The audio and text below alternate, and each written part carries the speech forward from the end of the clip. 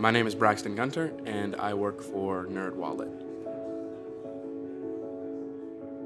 John Anukum, you have Chloe Matthews, Terrence Jacobs, Candace Johnson, Jib, and that's everyone. The majority of my team at the hackathon was composed of my friends from school, so classmates of mine. So all of our group went to Columbia besides Jib, who went to Cornell. So we've always kind of had conversations about code and like kind of projects that we wanted to do. It was natural that we kind of like already had in mind ideas that our peers wanted. I was ready to make something that I felt like would be helpful, and I was ready to also like familiarize myself with like maybe new stacks or like new technologies. I actually arrived a bit late, so I arrived on the tail end of the actual kickoff. To my understanding, the theme of the hackathon was build, grow, and thrive, right? And also to build locally, but also to think globally, right? So thinking about, kind of community building, giving tools back to our communities that will help empower them in a global setting.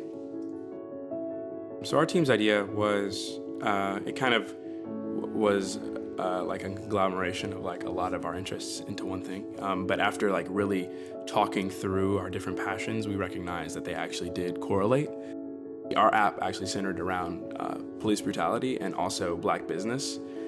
We see economic empowerment as a way to sort of like build community and senses of safety, right? With influx of money, you're able to not only afford community policing, but also like there's more of a legislative like threat to, hassling and targeting people of color.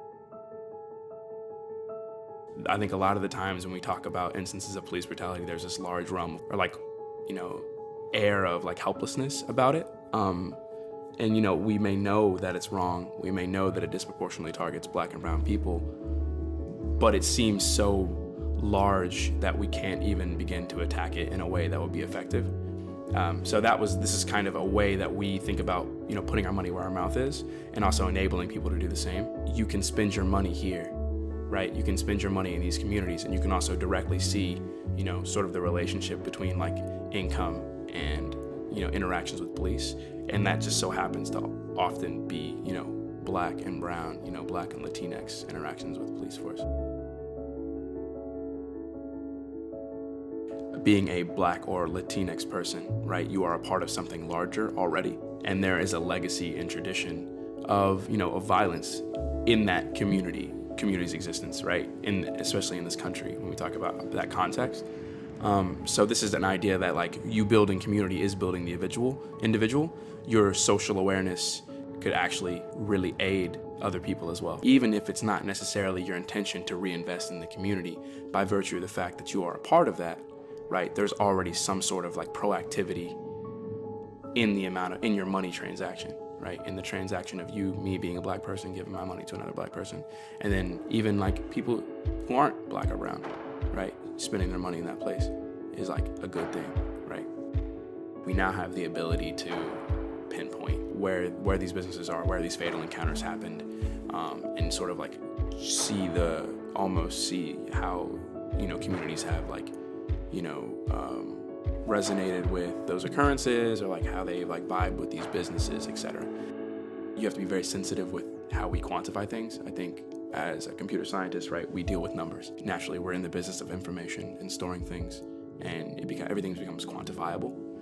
I think something that we had a lot of anxiety about in this project was trying to make sure that we did not turn, people in their obituaries, right, in their interactions with police, people that were victims into numbers.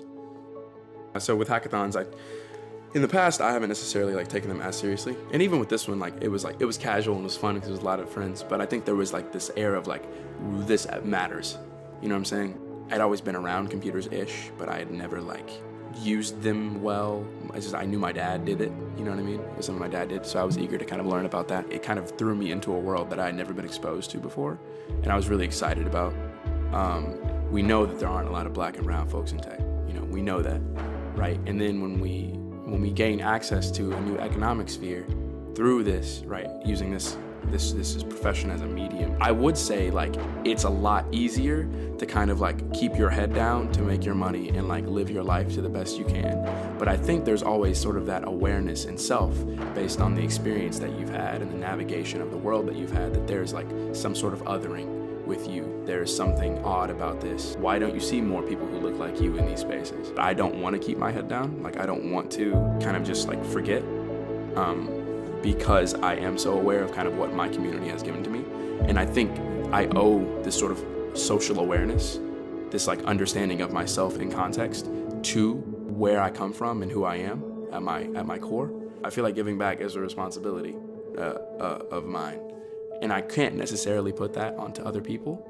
However, what I will say is like upon reflection, I feel like most people will come to the same conclusion. And then you'll also recognize that like that this is like ultimately broken.